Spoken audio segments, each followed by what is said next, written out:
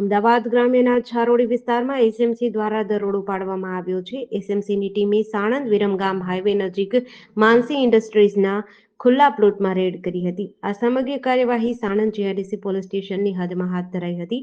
દરોડા દરમિયાન કુલ 11,332 આઈએમએફએલ બોટલો જપ્ત કરી છે, જેની અંદાજિત કિંમત ₹81,92,782 જેટલી થાય છે. પ્રાથમિક તપાસમાં આ દારૂ વિવિધ ડિસ્ટિલરીમાંથી બનાવવામાં આવેલ હોવાનું સામે આવ્યું છે. આ ઉપરાંત પોલીસે 3 વાહનો, 1 મોબાઈલ ફોન અને રોકડ રકમ સહિત કુલ મળી અંદાજે ₹1,15,192નો મુદ્દામાલ કબજે કર્યો છે. કાર્યવાહી દરમિયાન ઝારોડી ગામના જુમ્મા ખાન ભલજી ખાન પઠાણને ઝડપી પાડ્યો છે અને કાયદેસરની કાર્યવાહી હાથ ધરી છે. આ કેસમાં મુખ્ય આરોપી ઇમરાન ઉર્ફે ઓબામા, દિલાવર ખાન મલિક સહિત કુલ 9 આરોપીઓને વોન્ટેડ જાહેર કર્યા છે. અન્ય વોન્ટેડ આરોપીઓમાં હનીફ ખાન મલિક, સોહેલ મુસ્તફા વાઘેલા, અબ્બાસ અબ્દુલભાઈ વાઘેલા તેમજ વાહનોના માલિકો અને ડ્રાઈવરો સહિત અનેક અજાણ્યા લોકોનો સમાવેશ થાય છે. જેડીસી ન્યૂઝ સાથે ફઝલ ખાન પઠાણ, સાણંદ.